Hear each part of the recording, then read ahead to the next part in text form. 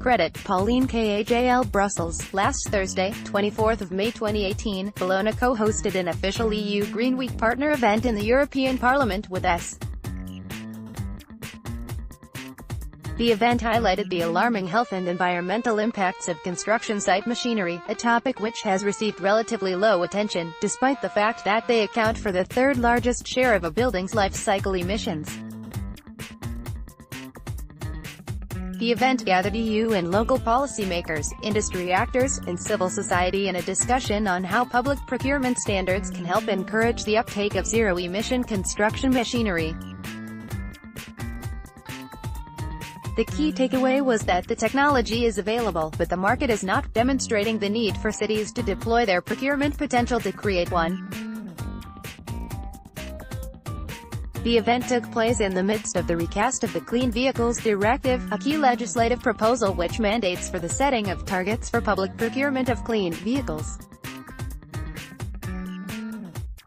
In the meantime, the EU is undergoing a major human health crisis, relating to air pollution and noise pollution, along with the overarching issue of anthropogenic climate change. Recent studies report air pollution is to blame for more than 500,000 annual deaths in the EU, while others suggest noise pollution can be responsible for more deaths than any other environmental factor in major cities. Construction machinery is responsible for a large share of air pollutant emissions. In London, they produce around 7.5% of the city's NOx emissions, 8% of 10 p.m., and 14.5% of 2 p.m.5. Bellona's conference placed cities at the heart of the debate, with representatives from Oslo City and the C40 Cities Network featuring among the speakers and panelists. With rising urbanization trends and population growth, cities are a major source of air pollutants and greenhouse gas emissions. Nonetheless, their density means they play a central role towards solving the current human health and environmental catastrophe. Using their financial clout through public procurement offers a significant opportunity to lead by example and create a market for zero-emission construction machinery, which already exists but faces barriers in terms of market demand and economies of scale.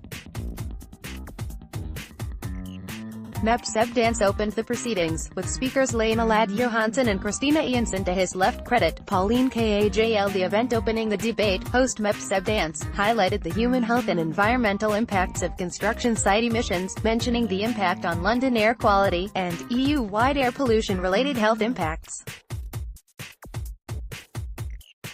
Having previously acted as shadow rapporteur on the recast of the non-road mobile machinery regulation and currently playing an instrumental role as shadow rapporteur of the Clean Vehicles Directive (CVD), Dance is well aware of the urgency to tackle construction site emissions and has tabled amendments to include construction machinery within the CVD's scope. Director of Bellona Europa, Jonas Helseth, and Policy Manager, Teodora Serafimova. Credit, Pauline Kajl. Bellona Europa's Director, Jonas Helseth, acting as moderator for the conference, pointed out that construction machinery emissions account for approximately 18% of Oslo's total emissions, and exceed CO2e emissions of domestic air and rail travel in Germany combined. He reminded the audience that there is no specific EU legislation for construction site emissions to date and that the current recast of the Clean Vehicles Directive offers a unique opportunity to address the oversight. Insightful presentations. Lena Ladd Johansson, Oslo City. We have stopped walking and have started to run. Credit, Teodora Serafimova. Lena Ladd Johansson, project manager for Smart Oslo, and a knowledgeable voice on the topic of zero-emission construction sites in Oslo, outlined Oslo's strategy and targets. The city aims to build a kindergarten next year which will be in line with its newly established procurement standards for construction site emissions. The deployment of clean, zero-emission construction machinery in areas such as kindergartens and hospitals is crucial to reducing vulnerable people's exposure to dangerous levels of air pollution. A new study commissioned by the London Mayor's Office found that children in London schools are being exposed to higher levels of health-damaging air pollution inside the classroom than outside. Johansson, furthermore, explained that the city is working with multiple partners, including Bellona, for the development of zero-emission construction machinery. As such, she followed up with a few existing examples of electric machinery, demonstrating that the technology does indeed exist, concluding with the inspiring words, "We have stopped walking and have started to run." Bellona's transport advisor, Christina Ianson, public procurement is key to snowballing zero-emission technology. Credit, Pauline Kajl. Next, Bellona's Christina Ianson, working as a transport advisor, summarized the work of Bellona on construction, looking to decarbonize the entire supply chain by tackling the embedded emissions of materials used as well as electrifying construction machinery. Building on Oslo's presentation, she mentioned that some heavy-duty machinery has already been developed through a pilot project in conjunction with Oslo city and industry partners. Finally, she said public procurement would be key to snowballing the development of zero-emission construction sites. Matija Matokovic from DG GROW, outlining the existing public procurement policy framework. Credit, Pauline Kajl. Matija Matokovic, from DG GROW, followed on, emphasizing the EU's commitment to the Paris Agreement. He outlined the regulatory framework for public procurement, which can play a significant role in innovation, via 3 concepts: guidance, by shedding light on how public procurement can foster innovation and provide a business case; partnership, by seeking consortia of public buyers and representing large networks; and facilitation and funding, by bridging the gap between the supply and demand, supporting SMEs, in competence building, financing €4 million through H2020. Erik Solerud, managing director of Pon Equipment Norway, said the company has sought to identify areas in which it could improve its environmental performance. From this, they came up with a pyramid of priorities to achieve sustainable construction, of which the only aspect remaining to be addressed was zero-emission machinery. As such, Pon have developed a fully electric 25-ton excavator, a feat which many competitors assumed couldn't be done. Solerud highlighted that the electric model had identical performance to its conventional counterpart, did not require operator training, and could work for longer hours because of its efficiency. Nonetheless, raised important questions as to who should pay for the cost of infrastructure and who should foot the bill for energy consumption. The panel discussion. This concluded the round of speakers, which was followed by a panel discussion, adding DG Environment, C40 Cities, Wacker Neuson, and liveable. The panelists joined the conversation after the speakers' presentations. Credit, Pauline Kajl. Josephina Lindblom, Policy Officer for Sustainable Buildings at DG Environment, interestingly pointed out that this was the first time she had come across a debate looking specifically into the impact of emissions from construction sites, and that this is indeed an area that has received relatively little attention. She mentioned that despite the fact that the emissions during the construction phase of buildings were less than during the use of a building and the embedded emissions of the material, it was still an important part of the supply chain decarbonization.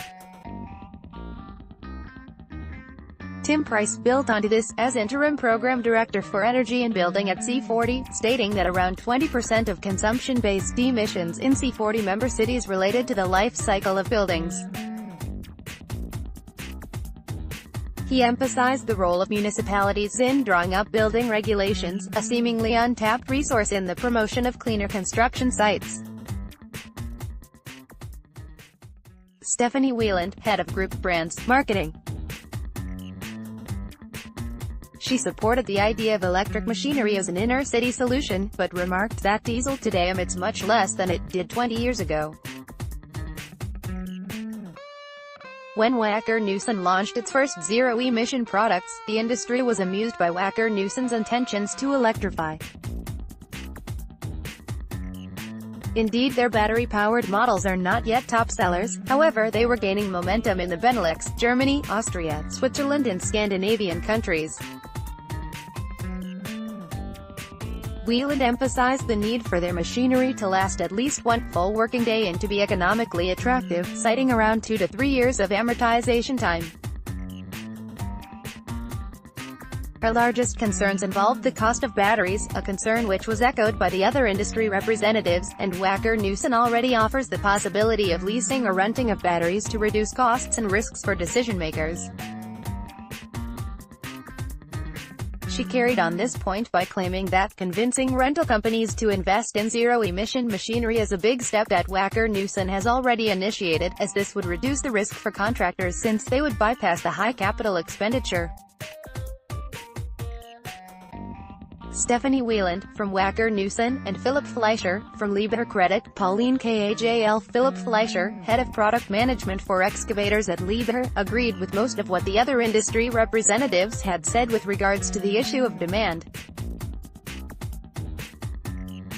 However, he added that the discussion around electric machinery does not need to focus entirely on batteries, since some applications requiring less flexibility could be met with cables or trolleys, such as in indoor applications or mining, thus vastly reducing the cost of the machine.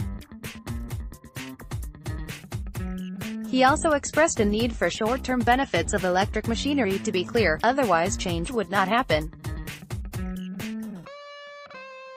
He confirmed that the technology is available and can be mimicked from other industries, such as public transport, but that there were still public perception concerns to moving to new technology, such as the risk of fires from hydrogen fuel cells or electric batteries. He also made the point that switching towards zero-emission construction sites would require additional industry-wide investment in the infrastructure and personnel training. Nonetheless, once the machinery achieved economies of scale, many of these issues would be resolved. The participants generally agreed that the grid issue is real, but that this would have to be dealt with locally.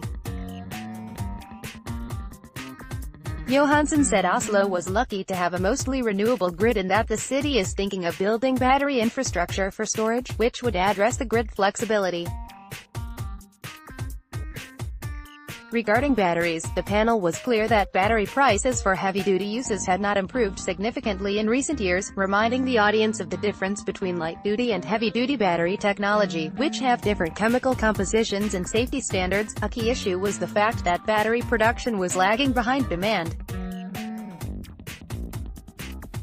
To wrap up the event, Seb Dance noted that the insightful discussions had reinforced his desire to widen the scope of the Clean Vehicles Directive, and demonstrated support for the further collaboration between cities and member states on the issues, regardless of their membership of the EU.